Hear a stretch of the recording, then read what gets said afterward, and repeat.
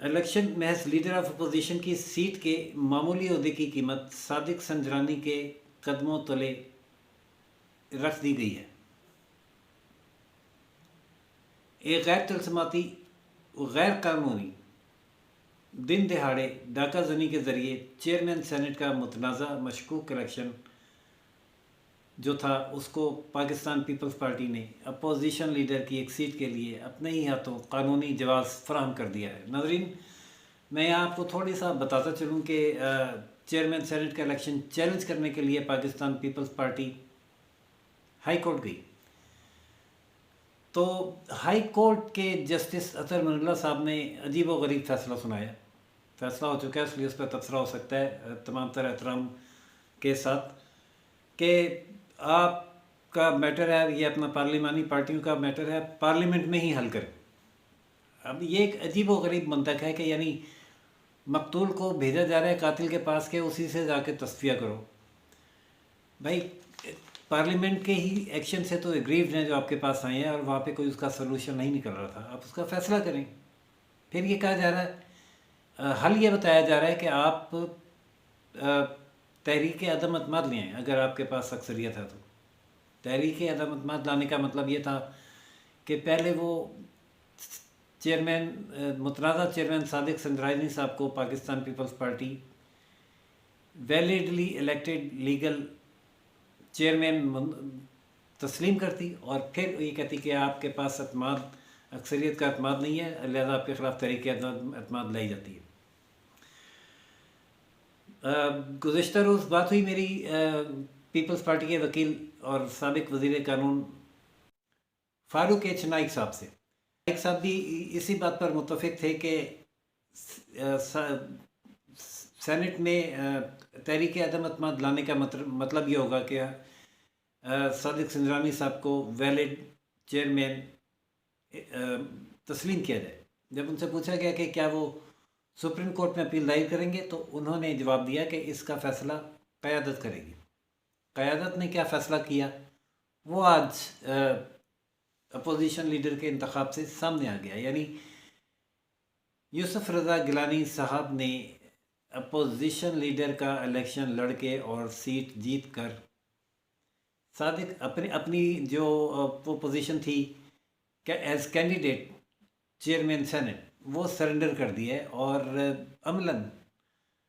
صادق سنجرانی کو validly elected chairman senate تسلیم کر لیا ہے، اور اس کے بعد اب ان کے پاس سپریم کورٹ آنے کا قانونی اور اخلاقی جواز، دونوں جواز باقی نہیں رہے۔ تو یہ چیئرمین سینٹ کے الیکشن کا تنازع تو ہوا قصہ پارینہ، اور ایک متنازع چیئرمین سینٹ پیپلز پارٹی نے اپنے عمل سے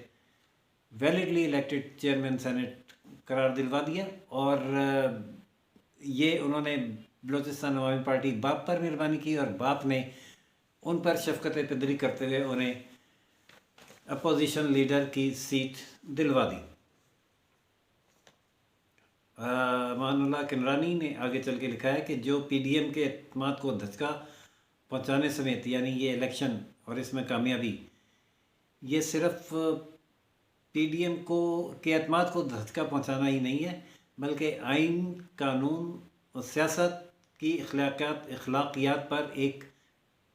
کاری ضرب ہے، کڑا وار ہے۔ یہ تو ایک رائے ہے، اور یہ ایک رائے نہیں ہے، یہ تقریباً 80% لوگوں کی رائے کو یہ رائے ریفلیکٹ کر رہی ہے، کیونکہ میری کئی لوگوں سے بات ہوئی، حتیٰ کہ خود پاکستان پیپلز پارٹی کے جو ڈائی ہارڈ نظریاتی لوگ ہیں، جو ظاہر اپنی پارٹی کی قیادت اور فیصلے کے خلاف تو نہیں بول سکتے، لیکن جو فیصلے کا اثر ہوتا ہے وہ فیس ایکسپریشن اور باڈی لینگویج پہ ضرور آتا ہے۔ تو ان کی باڈی لینگویج، ان کے جو دلائل ہیں، ان کا ساتھ ہرگز نہیں دے رہے تھے آج، جب ایک بہت پرانے ڈائی ہارڈ پیپلز پارٹی کے رکن اور وفادار سینیٹر سے میں نے یہ سوال کیا کہ آپ اس کو کیسے دیکھتے ہیں، کیا یہ اخلاقاً غلط نہیں ہوا؟ انہوں نے کہا کہ اصل میں زیادتی ہمارے ساتھ نون لیگ نے کی، کیونکہ وہ جو بہت ہی کمزور جواز تھا جو انہوں نے دیا، کہ وہ جو کینڈیڈیٹ لا رہے تھے ہم اس پر متفق نہیں تھے۔ کینڈیڈیٹ پہ اتفاق نہ ہونے کی اگر بات تھی تو پی ڈی ایم میں اس پہ بات کی جاتی، نون لیگ کو قائل کیا جاتا، یا اگر آپ نے اپوزیشن لیڈر کا الیکشن جیتنا بھی تھا تو آپ کسی اور کو یعنی شہری رحمان کو کھڑا کر دیتے، اور جو کنٹیسٹ تھا یوسف رضا گیلانی کا صادق سنجرانی کی سیٹ کے لیے وہ برقرار رہتا، اور آپ اس کے لیے سپریم کورٹ میں آ جاتے۔ بہت ہی عجیب و غریب اور بیہودہ قسم کا یعنی کمزور قسم کا جواز ہے جو لوگ فراہم کر رہے ہیں۔ بہرحال نون لیگ نے اچھا جواب دیا، یہ کہا کہ اگر آپ کو اپوزیشن لیڈر کی سیٹ ہی چاہیے تھی تو آپ ہم سے ویسے مانگ لیتے، ہم سرنڈر کر دیتے آپ کو۔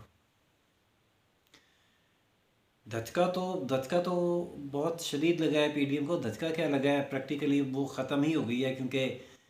استعفوں والی بات تو ختم سمجھیں آپ، اور احسن اقبال نے بھی یہ کہہ دیا کہ اگر پیپلز پارٹی استعفے نہیں دے گی تو ہم بھی نہیں دیں گے۔ ایک طرف صبح کو ناشتہ چل رہا تھا جاتی عمرہ میں، تو دوسری طرف ادھر اپوزیشن لیڈر کا الیکشن جو ہے وہ ہائی جیک کیا جا رہا تھا۔ ایک یہاں پنجاب کے تو شاید جذبات کچھ اور مختلف ہوں، میں نے یہ جاننے کے لیے کہ سندھ کے کیا جذبات ہیں، سندھ کا کہ جو اسلام آباد میں بڑی عرصے سے 30 سال سے 25 20 سال سے صحافت کر رہے ہیں، ان صحافیوں سے رائے لی۔ صحافیوں کا یہ کہنا تھا کہ سیاست میں ہوتا کیا ہے، زبان، وعدے، اخلاقیات، اگر آپ انہی کا قتل کر دیں تو پھر کون آپ پر ٹرسٹ کرے گا۔ شاید جیسا میں نے یہ کہا کہ 20,000 کا قالین 200 میں بھیجا گیا ہے، اس میں بیچا گیا ہے، اس میں وہ اس پٹھان کو یہ نظر آ رہا ہوتا ہے کہ میں شام کو کم از کم بچوں کے لیے اس 200 کی روٹی تو لے جاؤں گا، نقصان تو ہو ہی گیا۔ تو وہ روٹی شاید پاکستان پیپلز پارٹی کو اسٹیبلشمنٹ سے مل گئی ہے، اور آئندہ بھی اس میں کچھ شاید مزید بھی ملنے کا امکان ہے، اور شراکت اقتدار آگے بھی چل سکتی ہے۔ یا جو تبصرہ تھا سندھی صحافیوں کا وہ تو یہ تھا کہ پیپلز پارٹی کو اس سے زیادہ اور کچھ چاہیے بھی نہیں کہ سندھ میں انہیں نہ چھیڑا جائے، اور ان کے مقدمات میں ان کو نہ چھیڑا جائے، اور انہیں قانونی ریلیف دیے رکھا جائے۔ یہ اپوزیشن کی سیٹ بھی انہیں مل گئی، یہ ان کے لیے بہت کافی ہے۔ اس کے بعد جو ریلیف انہیں عدالتی ملے گا، فریال تالپور تو بری ہوئی گئی ہیں۔ جو اب اگلی درخواست ہے آصف علی زرداری صاحب کی سپریم کورٹ میں کہ ان کے احتساب کے مقدمات سندھ منتقل کیے جائیں، اس کی سماعت پروسیکیوٹر جنرل کو کرونا پازیٹیو ہونے کی وجہ سے 1 ماہ کے لیے ملتوی کی گئی تھی۔ 1 ماہ بعد قوی امکان ہے کہ ان کی یہ درخواست منظور ہو جائے گی، اور ان کے مقدمات بھی سندھ منتقل ہو جائیں گے۔ اور ان کے مقدمات سندھ منتقل ہونے کا کیا مطلب ہے، یہ آپ زیادہ بہتر اس کا تجزیہ کریں۔ تو ناظرین، دیکھتے ہیں اب نون لیگ اور مولانا فضل الرحمان مل کر آگے چلنے کی کیا اسٹریٹجی بناتے ہی ہیں، یا پاکستان تحریک انصاف کو بہرحال آکسیجن مل گئی ہے مزید اپنی مدت پوری کرنے کے لیے۔ جو بھی صورتحال ہوگی اس سے آپ کو آگاہ کرتے رہیں گے۔ چینل لائک، سبسکرائب اور شیئر کرنا نہ بھولیے گا۔ اللہ حافظ۔